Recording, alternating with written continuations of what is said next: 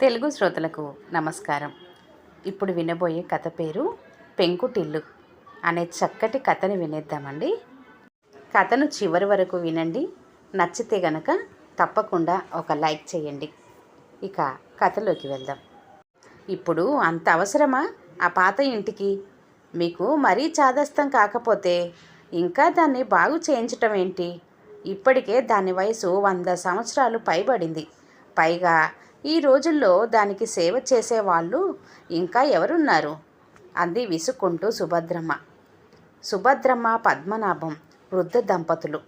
పద్మనాభానికి సుమారు 80 ఏళ్ళు, సుభద్రమ్మకు కూడా 75 ఏళ్ళు పైనే పడ్డాయి. చాలా కాలంగా వాళ్ళ ఊరిలో వారసత్వంలో వచ్చిన ఇంట్లోనే జీవనం సాగింది. వాళ్ళ అబ్బాయి వెంకట్రావు బాగా చదివి పెద్ద ఉద్యోగం సంపాదించి మంచి హోదాలోకి వచ్చి చాలా గడించాడు. కానీ ఉద్యోగరీత్యా పుట్టిన ఊరికి దూరంగా ఉండాల్సి వచ్చింది. వృద్ధాప్యం వల్ల తల్లిదండ్రులను తనతో పాటే హైదరాబాదు 2 ఏళ్ల క్రితమే తీసుకువచ్చేశాడు. కానీ తండ్రికి ఇంకా ఆ పుట్టి పెరిగిన ఊరు పెంకుటిల్లుపై మమకారం వల్ల వాటిని అలాగే ఉంచాడు. ఎన్నోసార్లు ఊళ్ళో అపార్ట్మెంటు డెవలప్మెంట్కు ఇవ్వమని అడిగిన తండ్రిని కాదనలేక ఆస్తిని అలాగే ఉంచేశాడు. కానీ ఇప్పుడు ఆ ఇంటి పరిస్థితి పూర్వం అంత గొప్పగా లేదు. పాతది అయిపోవటం, దాని ఆలనా పాలన సరిగ్గా చూసేవారు లేకపోవడంతో ఇల్లు పాడవటం మొదలైంది. ఎందుకో ఈ మధ్య పద్మనాభంకు ఆ ఇంటిపై మనసు పడింది. అక్కడకు వెళ్ళి ఉండాలని చాలా కోరికగా ఉంది. ప్రస్తుతం అక్కడ ఇల్లు బాగోలేదు కనుక బాగు చేయించమని రోజు కొడుకు దగ్గర నస పెట్టసాగాడు.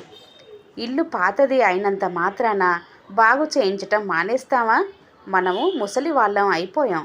మందులు వేసుకొని ఆరోగ్యం బాగు చేసుకోవటం లేదా? నీకోటి చెప్పనా? అది నాకు ఇల్లు కాదు, మధురమైన జ్ఞాపకం, నా బాల్యపు ప్రస్థానం.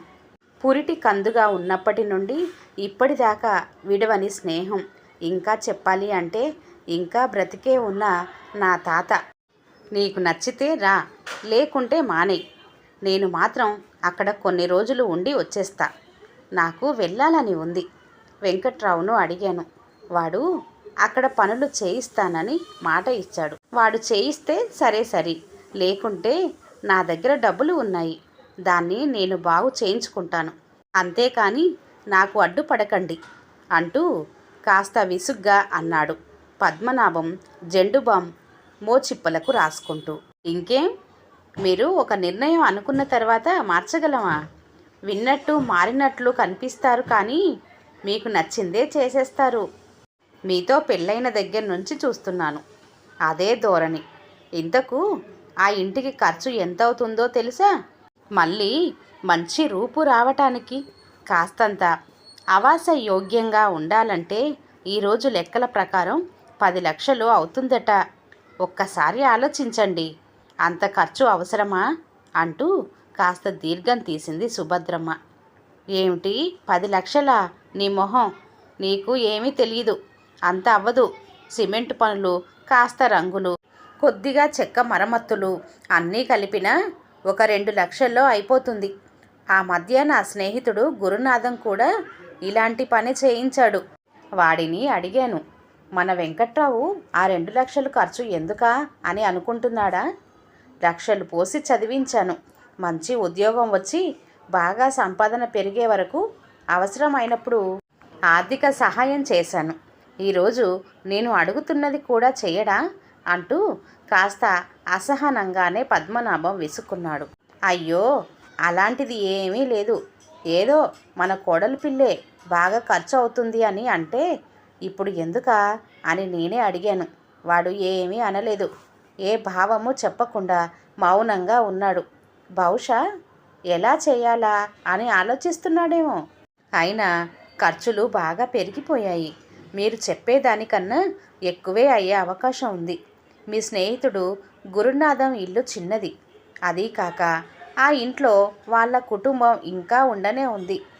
వాళ్ళు ఉండే నివాసానికి వాళ్ళు ఉండటం కోసం ఖర్చు పెట్టారు. మనది అలా కాదు. లంకంత కొంప, పెద్ద మండువా ఇల్లు. ఏదో ఇంట్లో కిరాయి ఉన్నవాళ్ళు నెట్టుకొస్తున్నారు, కానీ అంత గొప్పగా ఏమీ లేదు. ఇప్పుడు వాళ్ళను ఖాళీ చేయించి ఇది బాగు చేయించాలి. మరోసారి ఆలోచించండి, బాగా ఖర్చు అవుతుందేమో అంటూ చివరి పదాలు కాస్త ఒత్తి పలుకుతూ నసిగింది సుభద్రమ్మ. ఇదిగో, ఈ వ్యవహారం మగాళ్ళది. మాకు తెలుసు ఏం చెయ్యాలో ఎలా చెయ్యాలో. నీరసంగా ఉంది. ఈ నస ఆపి కాస్త ఓ చుక్క కాఫీ మొకాన కొట్టు. ఏదైనా చేద్దామంటే ముందుకు వెళ్ళనియ్యరు. ఎప్పుడూ ఇంతే అంటూ చికాకు పడుతూ తన గదిలో కిటికీ పక్కకు వెళ్ళి బయట చూస్తూ ఉండిపోయాడు పద్మనాభం. పద్మనాభం విసుగు, కోపానికి ఇంకేమీ మాట్లాడకుండా సుభద్రమ్మ మౌనం దాల్చి కాఫీ తేవటం కోసం అక్కడ నుండి లేచి వెళ్ళిపోయింది.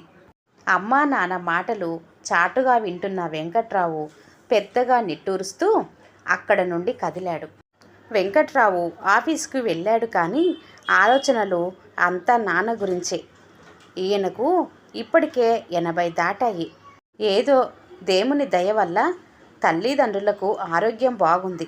కానీ ఈ వయసులో వాళ్ళను మరలా ఆ ఇంటికి పంపటం ఎలా? ముఖ్యంగా ఇక్కడ సదుపాయాలు అన్నీ అలవాటు పడిన తర్వాత అక్కడ ఎలా ఉండగలరు? కొద్ది రోజులే అయినా ఎలా వదులుతాం? ఏమీ అక్కర్లేదులే అని అంటే వాళ్ళు నొచ్చుకుంటారు. ఎప్పుడూ ఏమీ అడగని నాన్న అడిగే చిన్న కోరిక తీర్చలేకపోతే ఎలా అంటూ సాలోచనగా ఉండిపోయాడు. కాసేపటికి ఏదో ఆలోచన వచ్చిన వాడిలా తన సెక్రటరీని పిలిచి ఏవో సూచనలు ఇచ్చి గబగబా ఇంటికి వెళ్ళిపోయాడు.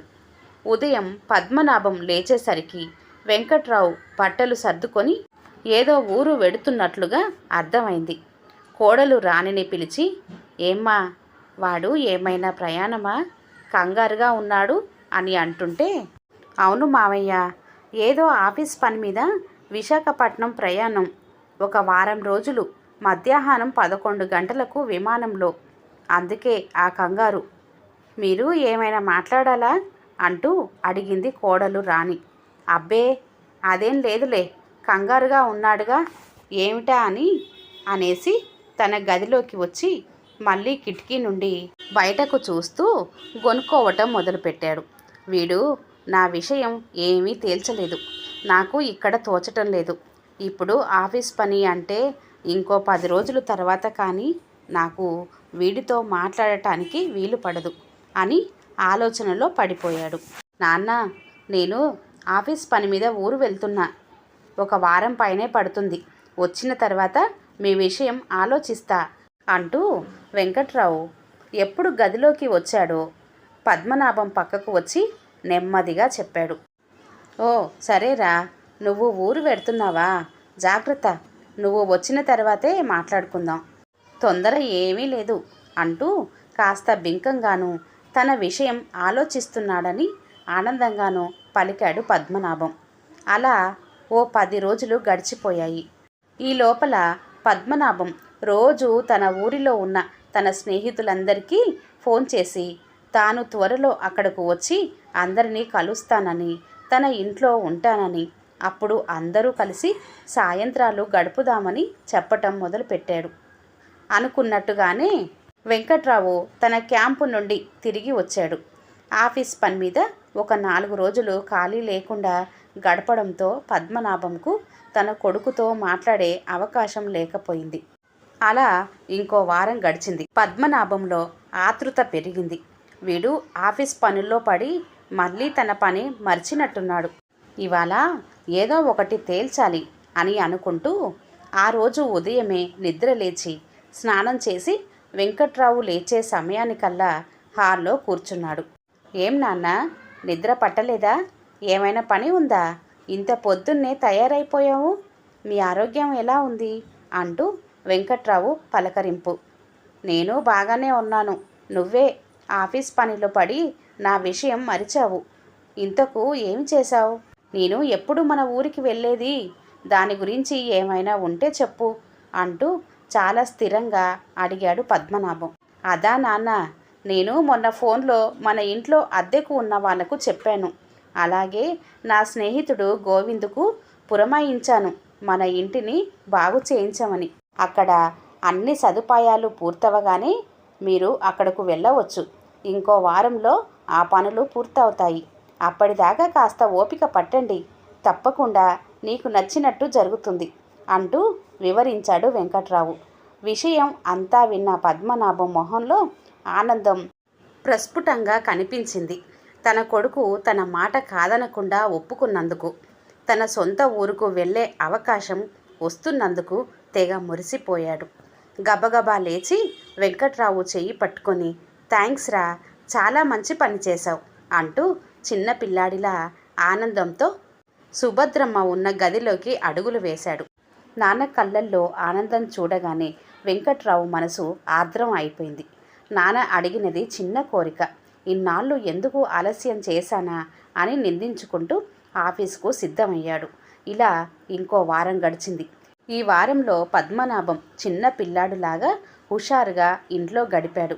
చుట్టుపక్కల వాళ్ళ అందరికీ తన సొంత ఊరు వెళ్తున్నానని, అక్కడ సంగతులు ఎంతో బాగుంటాయని చెప్పటం మొదలుపెట్టాడు.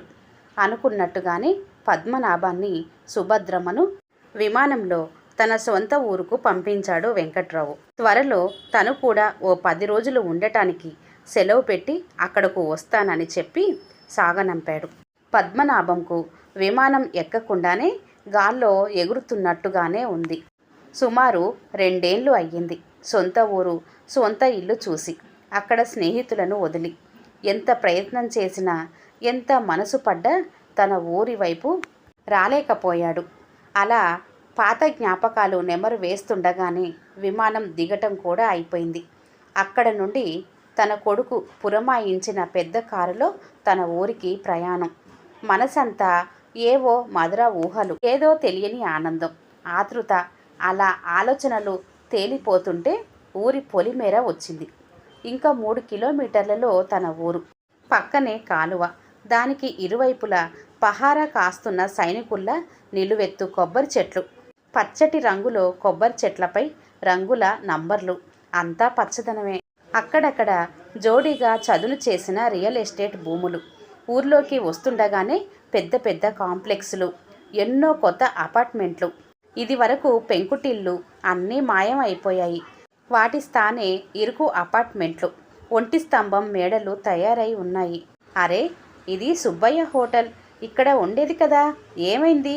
అరే, ఇక్కడ గడియార స్తంభం కొత్తగా మారిందేమిటి? అలా తలుచుకుంటూ తన వీధిలోకి కారు మలుపు తిరగటం, చుట్టూ ఉన్న పెద్ద పెద్ద మేడలు, వ్యాపార సముదాయాలు చూస్తూ ఆశ్చర్యంగా నోరు వెళ్ళబెడుతూ ఎంతలో ఎంత మార్పు! ఇది వరకు వాళ్ళు ఎవరూ లేరేమో అన్నట్టుగా, లేక దారి తప్పి వేరే ఊరికి వచ్చానన్నట్టుగా అని అనుకుంటుండగా తన ఇంటి ముందు కారు ఆగింది. విస్మయంగా తన ఇంటి వైపు చూస్తూ తాత దగ్గరకు మనవడు పరిగెత్తుతున్నట్లుగా ఇంటి తలుపు తోచుకొని గబగబా వచ్చి మండువాలో సంబరంగా మౌనంగా కూర్చుండిపోయాడు. ఎన్నాళ్ళయింది ఈ వాకిలిలో నడిచి, ఈ గాలి పీల్చి, ఈ అనుభూతి పొంది. చుట్టూ పరికించటం మొదలుపెట్టాడు. ఇంటికే మళ్ళీ జీవం వచ్చినట్లుగా అన్నీ బాగుపడ్డాయి. గుమ్మాలు అలమరాలకు నగిషి ఇచ్చినట్లుగా, గోడలన్నీ కొత్తగా రంగులు వేయించినట్లుగా నేలంతా సిమెంటు పనులు పూర్తయి చక్కగా ముస్తాబయ్యింది. తన కొడుకు దీన్ని ఎవరికో అప్పగించి ప్రత్యేకంగా చేయించి ఉంటాడని అర్థమైంది. పెరడు అంతా చక్కగా నీటుగా సర్ది ఉంది. వెనకాల వేడి నీళ్ళ కోసం షెడ్ కూడా కొత్తగా తయారైంది. అన్నీ చూస్తుంటే మన వెంకట్రావు బాగా ఖర్చు పెట్టాడేమో అని సుభద్రమ్మ వైపు తిరిగి అంటుంటే సుభద్రమ్మ ఆయాసపడుతూ విసుక్కుంది. ఇంటిని చూస్తే అన్నీ మర్చిపోవటమేనా? కారులో సామాను అలా వదిలేసి డ్రైవర్కు డబ్బులు ఏమీ ఇవ్వకుండా ఇలా వచ్చేయటమేనా? అన్నీ సర్దేటప్పటికీ ఆయాసం వచ్చింది. మీ మాట పట్టుకొని అనవసరపు ఖర్చు మన అబ్బాయి పెట్టాడు అంటూ పద్మనాభంపై కోపం చూపుతూ మనసులో తన కొడుకుపై వాత్సల్యం పొంగుతుంటే చిన్నగా నవ్వుకుంది. నేను వాడికి ఒక 2 లక్షల్లో ఇది కానివ్వమని చెప్పాను. ఇంకొంచెం అయి ఉంటుందిలే, ఎంతైనా వాడు నా వారసుడు అంటూ గర్వంగా అన్నాడు పద్మనాభం. మా గొప్పేలే, మీకేనా వారసుడు? నాకు కొడుకు కాదా అంటూ దీర్ఘాలు తీస్తూ సుభద్రమ్మ తెచ్చుకున్న సామాన్లు సర్దుకోవటం మొదలుపెట్టింది. ఇంతలో పద్మనాభం చేతిలో మొబైల్ మోగింది. అటు నుంచి వెంకట్రావు, నాన్న జాగ్రత్తగా చేరారు కదా, ఇంట్లో మీకు సాయంగా ఓ 2 మనుషులు కూడా ఉంటారు. ఉన్నంతకాలం సరదాగా హాయిగా ఉండండి. కానీ ఇక్కడ ఉన్నన్ని సౌకర్యాలు అక్కడ ఉండవు. పైగా మీకు అలవాటు తప్పింది అంత పెద్ద ఇంట్లో తిరగటం. వంటావిడను కూడా మాట్లాడాను. రేపటి నుండి వస్తుంది. కావలసినవి చేయించుకొని తినండి. అంతేకాని అమ్మను వంట చేయమని ఇబ్బంది పెట్టకండి. నేను త్వరలో మీ దగ్గరకు వస్తాను. జాగ్రత్త అంటూ పెట్టేశాడు. పద్మనాభం కళ్ళల్లో ఆనందం. ఇప్పుడు కదా కొడుకును కన్న గర్వం నాకు వస్తుంది అని అనుకుంటూ సావిట్లో తన తాతగారి మడత కుర్చీలో నెమ్మదిగా కూర్చున్నాడు. కుర్చీని తడుముతూ ఉంటే అర్థమైంది. ఆ కుర్చీ కూడా మరమ్మత్తు అయ్యి కొత్త గుడ్డతో కనిపించింది. కొడుకును తలుచుకుంటూ తాత ఒడిలో కూర్చున్నట్లు ఆ పడక కుర్చీలో సేద తీరాడు. కాసేపటికి ఒక జంట వచ్చారు. అయ్యా, నా పేరు వీరయ్య, ఈమె నా భార్య లక్ష్మి. అబ్బాయి గారు మీరు ఇక్కడ ఉన్నన్నాళ్ళు మీకు సాయంగా ఉండమన్నారు. ఇదే ఇంట్లో పక్క గదిలో ఉంటాము. రేపటి నుండి వంటకు వేరే ఆమె వస్తుంది అంటూ సెలవిచ్చాడు. వింటున్న సుభద్రమ్మ పద్మనాభం దంపతులకు ఎంతో ఆనందం మనసు నిండా పొంగింది. తమ పుత్రుడు వెంకట్రావు తమ గురించి ఎంత జాగ్రత్తలు తీసుకుంటున్నాడోనని. పద్మనాభం సాయంత్రం తన అరుగు మీద కూర్చొని వచ్చేపోయే వాళ్ళల్లో తెలుసున్న వాళ్ళు ఎవరైనా ఉన్నారా అని చూస్తూ ఉండిపోయాడు. ఇంతలో ఎవరో కొంతమంది వచ్చి బాగున్నారా అని పలకరించటం, ఎన్నాళ్ళు ఉంటారు అని అడగటం, పనిలో పనిగా ఈ ఇల్లు అమ్మేస్తారా అని అడగటం అన్నీ మౌనంగా నవ్వుతూ విన్నాడు. అలా ఆ రోజు మొత్తం గడిచింది. మరునాడు ఉదయం నిద్ర లేవంగానే అన్ని సౌకర్యాలు ఉన్న పెరట్లో నూతి దగ్గరకు వెళ్ళి చలిగా ఉందని వద్దని వారిస్తున్నా చన్నీళ్ళ స్నానం చేసేశాడు. మంచి పంచె కట్టుకొని పెరడంతా కలియ తిరిగాడు. ఇంతలో తన బాల్య స్నేహితుడు ప్రభాకరం రావడంతో ఇంటి సావిట్లోకి వస్తూ, ఏరా ప్రభాకరం, బాగున్నావా? నీ భార్య కాలం చేసిందని నాకు తెలిసింది. కానీ దూరభారం వల్ల వచ్చి కలవలేకపోయాను. ఏమీ అనుకోకు అంటూ పలకరించాడు. పర్వాలేదులేరా, నువ్వు ఫోన్లో మాట్లాడావుగా, మర్చినట్టున్నావు. అయినా వయసు అయిందిగా, చెట్టు నుండి ఆకుల రాలిపోయింది అంతే. అదృష్టవంతురాలు హాయిగా వెళ్ళింది. నేనే ఇలా మిగిలాను అంటూ కాస్త నిర్వేదంగా అన్నాడు ప్రభాకరం. ప్రభాకరం భుజం తడుతూ అనునయంగా పద్మనాభం ఊరుకోపెట్టాడు. అలా వాళ్ళు ఇద్దరూ కబుర్లలో పడిపోయారు. అలా కబుర్ల మధ్య ప్రభాకరం పరిస్థితి బాగోలేదని తెలిసింది. కొడుకు కోడలు ఎక్కడో విదేశాల్లో ఇక్కడకు వచ్చే పరిస్థితి ఎప్పుడో 2 ఏళ్లకొకసారి. ఇక్కడ ఉన్న సొంతిల్లు, మిగతా ఆస్తులు అమ్మేసి చిన్న ఫ్లాటు ఒకటి కొని ప్రభాకరంను అందులో వదిలేసి వాళ్ళు మిగిలిన డబ్బుతో విదేశాలు చెక్కేశారు. ప్రభాకరం తనకు వస్తున్న అరాకొరా పెన్షన్తో తన శేష జీవితాన్ని నడుపుకు వస్తున్నాడు. రోజు ఒక పూట హోటల్ నుండి భోజనం, రెండో పూట ఏదో వండుకు తిని కాలం గడపటం దినచర్య అయిపోయింది. ప్రభాకరం స్థితి తెలియగానే చాలా బాధపడ్డాడు. అలా పద్మనాభం ఆ ఇంట్లోకి వచ్చి 1 నెల రోజులు గడిచిపోయాయి. పద్మనాభం ఊళ్ళోకి వచ్చినట్లు తెలిసిన స్నేహితులు అందరూ రోజు కలవటం, సాయంత్రాలు సరదా కబుర్లతో కాలక్షేపం గడిచిపోయింది. ఇన్నాళ్ళు వేరే ఊరు వెళ్ళిన గోవిందం పద్మనాభంను కలవటానికి ఆ రోజు ఉదయం వచ్చాడు. అయ్యగారు బాగున్నారా? అంతా సౌకర్యంగా ఉందా? నేను ఊళ్ళో లేను, అందుకే కలవలేకపోయాను. ఎలా ఉన్నారు? ఇంట్లో ఇంకా ఏమైనా మరమ్మతులు మార్పులు చేయాలంటే చెప్పండి, చేయించేస్తాను అంటూ పద్మనాభం పడక కుర్చీ దగ్గర నిలబడ్డాడు తన మనవడితో. బాగున్న గోవిందం, ఇన్నాళ్లకు వచ్చావా? ఈ కుర్రాడు మీ మనవడా? బాగున్నాడయ్యా అంటూ గోవిందం 6 ఏళ్ల మనవడిని చేతిలోకి తీసుకొని గోవిందాన్ని కూర్చోమని అక్కడే ఉన్న చెక్కపీట చూపించాడు. గోవిందం, మన ఇల్లు బాగా చేయించావయ్యా. అన్ని పనులు బాగా చేయించి ఈ ఇంటికి ఇంకొన్నాళ్ళు జీవం వచ్చి జీవితం ఉండేలా చేశావు. మా వాడు నీకు అప్పగించి మంచి తెలివైన పని చేశాడు. ఇంతకు దీనిని బాగు చేయించటానికి ఎంత అయిందంటావు? ఒక 5 లక్షలు అయిందా? అన్నీ నువ్వే దగ్గరుండి చేయించావా? చాలా సంతోషంగా ఉందయ్యా అంటూ పద్మనాభం మాట్లాడాడు. అయ్యా, అన్నీ నేను చేయించటం ఏమిటయ్యా? నేను చేసింది తక్కువే. కానీ మీ అబ్బాయి ఇక్కడే 10 రోజులు ఉండి చేయించుకున్నాడు. 5 లక్షల్లో ఎక్కడవుతుంది? 25 లక్షల ఖర్చు పెట్టాడు. అప్పటికే మేమంతా ఇంకా ఎందుకు ఈ పాత ఇంటికి పెట్టుబడి అని అన్నాం. కానీ మౌనంగా నవ్వుతూ చేయించాడు. ఇక్కడ పని ఒక కొలిక్కి వచ్చిన తర్వాత నాకు అప్పగించి వెళ్ళాడు. పని అవ్వటం మాత్రమే నేను చూశాను. అంతా అయిన తర్వాత మిమ్మల్ని ఇక్కడకు వెళ్ళడానికి అనుమతించాడు. ఏం, మీకు ఈ విషయాలు ఏమీ తెలియవా? మీరంటే మీ అబ్బాయికి మహాప్రాణం. చాలా మంచి కొడుకును మీ దంపతులు కన్నారయ్యా అంటూ వినయంగా గోవిందం జవాబిచ్చాడు. ఆ మాటలు విన్న తర్వాత పద్మనాభంకు నోట మాట రాలేదు. కేవలం తను ఉండటం కోసం ఈ పాత ఇంటికి ఇంత ఖర్చు పెట్టాడా? ఏదో ఉద్యోగం పని మీద ఊరు వెళ్ళాడు అనుకున్నాను. కానీ ఇక్కడకు వచ్చి ఈ పని దగ్గరుండి చేయించాడా? అంత పెద్ద ఉద్యోగంలో ఉండి కాలి కుదుర్చుకొని రావటం నిజంగా గొప్పే. ఒక పక్క ఆనందం, మరో పక్క ఆశ్చర్యంతో ఉబ్బి తబ్బిబ్బులయ్యాడు. సుభద్రమ్మ దగ్గర ఇదే విషయం పదే పదే చెప్పి కొడుకుని చూడాలని తలుచుకుంటూ కొడుకుకి ఫోన్ చేశాడు. ఒరే వెంకట్రావు, నిన్ను చూడాలని ఉందిరా. ఇక్కడకు వస్తానని చెప్పావుగా. మేము ఇక్కడకు వచ్చి సుమారు 2 నెలలు కావస్తుంది. నువ్వు తొందరగా రారా అంటూ వెంకట్రావుకు ఆర్డరు వేశాడు. సరే నాన్న, ఈ శనివారం విమానంలో మేము ఇద్దరం మన ఊరు వస్తాం.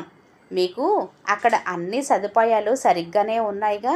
ఆరోగ్యం బాగానే ఉందిగా అని వెంకట్రావు అడుగుతుంటే, ఒరే, నేను బాగానే ఉన్నాను, కంగారు ఏమీ లేదు. నువ్వు కోడలు కలిసి వెంటనే రండి అంటూ పద్మనాభం ముక్తాయించాడు. 3 రోజులు గడిచాయి. వెంకట్రావు వచ్చేలోపు పద్మనాభంకు ఏదో ఆనందం ఆతృతతో కలబోసి కొడుకును ఎప్పుడు చూద్దామా అని కళ్ళల్లో ఒత్తులు పెట్టుకొని ఎదురు చూశాడు. అనుకున్నట్టుగానే వెంకట్రావు దంపతులు విమానంలో సొంత ఊరుకు వచ్చారు. మధ్యాహ్న భోజనాలు అన్నీ అయిన తర్వాత వెంకట్రావు చెయ్యి పట్టుకొని ఇల్లంతా కలియ తిరగటం మొదలుపెట్టాడు. ఒరే, నాకు ఉద్యోగం వచ్చే ముందు ప్రవేశ పరీక్షలకు ఈ మండువాలో ఇక్కడే కూర్చొని తర్పీదు అయ్యేవాడిని. ఇది మా తాతగారి మంచం. నేను నువ్వు ఇక్కడే పుట్టాం. ఈ మడత కుర్చీ మా పెద్ద తాతగారిది. మా తాతగారికి ఇచ్చారు. ఇక్కడ మా చిన్నప్పుడు వడ్ల గాదే ఉండేది. పొలం నుండి ధాన్యం తీసుకువచ్చి అందులో పోసేవారు. ఇక్కడే వేసవి కాలం వస్తే రాసెడు మామిడికాయలు పోసి ఊరగాయ పెట్టేవారు. పెద్ద జాడీ నిండా మా అమ్మ ఆవకాయ పెట్టేది అంటూ కనిపించిన ప్రతి వస్తువు పైన ఒక్కో కథ చెప్పటం మొదలుపెట్టాడు. అలా ఇద్దరూ ఎన్నో కబుర్లు చెప్పుకున్న తర్వాత అలసి పందిరి మంచం మీద కూర్చున్నారు. ఒరే వెంకట్రావు, ఈ పాత ఇంటికి అంత ఖర్చు ఎందుకు పెట్టావురా? 25 లక్షలు అయిందంటగా. నేను ఏదో ఓ 5 లక్షలు అయితే సరిపోతుందని భ్రమపడి నిన్ను తొందర పెట్టాను. ఇంత అవుతుందని అనుకోలేదు. అనవసరంగా నీ చేత ఎక్కువ డబ్బులు దుబారా చేయించాను. పైగా నువ్వు 10 రోజులు సెలవు పెట్టుకొని దగ్గరుండి మరీ ఈ పని చేయించావు. శ్రమ పెట్టాను కదరా, ఏమీ అనుకోకు అంటూ నెమ్మదిగా వెంకట్రావు చెయ్యి తన చేతుల మధ్య పట్టుకొని సంజాయిషి ఇస్తున్నట్లుగా చెప్పాడు పద్మనాభం. అయ్యో నాన్న, మీరు అలా అంటారేమిటి? అయినా మన ఇంటి కోసం ఆ మాత్రం ఖర్చు పెట్టగల స్తోమత మనకు ఉంది. పైగా మీరే అంటారుగా, ఈ ఇల్లు మా తాతదని. తాత బ్రతికి ఉంటే ఆరోగ్యం కోసం వైద్యం చేయిస్తాం కదా. ఇది అంతే. దగ్గరుండి చేయిస్తే బాగా ఉంటుందని నేనే సెలవు పెట్టుకొని వచ్చి చేయించాను. మీరు ఆర్డర్ వేయాలి, నేను చెయ్యాలి. మీకు ఈ ఇంట్లో ఉండటం ఆనందం. ఈ వయసులో మీరు ఆనందంగా ఉండటం నాకు ఇష్టం, ఆనందం. అందుకే మీ ఆనందం కోసం అలా చేశాను. ఇంతకు మీకు నచ్చిందిగా. ఈ ఇల్లు వీలు కుదిరినంత కాలం ఇలా బాగు చేయించి కాపాడుకోవటానికి ప్రయత్నం చేస్తాను. ఇది మన ఇంటి వారసత్వంగా వచ్చే తరాలకు అందేలా చూస్తాను. మీరు హాయిగా ఉండండి. నేనేమి పెద్ద గొప్ప పని చేయలేదు అంటూ అనునయంగా చెప్పాడు వెంకట్రావు. వెంకట్రావు మాటలకు పద్మనాభం ప్రమేయం లేకుండానే కళ్ళల్లో నీళ్లు రావటం మొదలయ్యాయి. ఇంతలో గోవిందం తన మనవడితో సావిట్లోకి రావటం చూసి ఇద్దరూ అక్కడకు వచ్చారు. పద్మనాభం మడత కుర్చీలో కూర్చోబోతూ కర్ర ఊడబీకిన కారణంగా దబ్బున కింద పడ్డాడు. గోవిందం మనవడు గలగలా నవ్వుతూ అక్కడ నుంచి మండువాలోకి పారిపోయాడు. దబ్బున పడ్డ పద్మనాభం, ఒరేయ్, ఆ గడుగ్గాయిని పట్టుకోండిరా అంటూ చిన్నపిల్లాడిలా నవ్వటం మొదలుపెట్టాడు. అయ్యో నాన్న, ఏమీ అవలేదు కదా అని వెంకట్రావు కంగారుగా అంటుంటే, ఏమీ లేదురా, ఈ మనవడితో ఈ సరదా బాగుంది, ఇలాగే ఈ జీవితం కొనసాగాలి అంటూ నెమ్మదిగా లేచాడు. ఈ కథ ఇంతటితో సమాప్తం అండి. కథ కనుక నచ్చినట్లయితే లైక్ చేయండి, షేర్ చేయండి. అలాగే మరిన్ని మంచి వీడియోల కోసం ఛానల్ని సబ్స్క్రైబ్ చేసుకోండి. మరొక మంచి కథతో మళ్ళీ కలుద్దాం. అంతవరకు సెలవు. నమస్తే. ధన్యవాదములు.